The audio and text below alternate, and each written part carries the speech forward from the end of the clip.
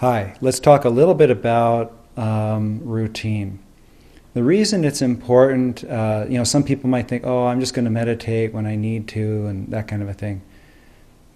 Trust me, you need to meditate, okay? All the time. And so, why? Um, every day at a certain time, your body craves, let's say, lunch or dinner or breakfast, right? There's a certain time when you start to feel that it's time to go to sleep. You have a routine. You've got like a clock in your mind that expects certain things to happen. Until you're able to figure out, until you're able to get your meditation on that clock, it's never going to be stable.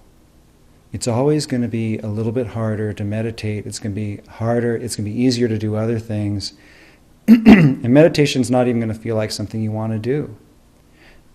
So to give your meditation a chance, it's very important to schedule in, to create the space in your time schedule, to create the space in your life to support that practice. And so what that might look like is meditating first thing in the morning after you wake up, before you eat breakfast, somewhere in there. Sometimes it's good for people that they have different experiences. One person closes their eyes to meditate and falls asleep. Another one closes their eyes to meditate and gets anxious. We'll talk more about that later. But some basic suggestions to get you started right away would be experiment now, but try to find a time in your life where you can fit in your 10 or 15 minutes. If you do walking or some kind of calm exercise in the mornings, then meditate right after. Meditate before meals instead of after. It's great if you can meditate in times when your environment is less noisy, meaning not just the sounds that you hear, but even the consciousness of your environment is more relaxed. I find that sometimes I'll just wake up in the middle of the night, maybe it's 2 or 3, 4 in the morning. I find that my meditations are best when I do them at that time, and I think it's because there's just the general energy environment is just calm. Or maybe it's me, maybe I'm just calmer.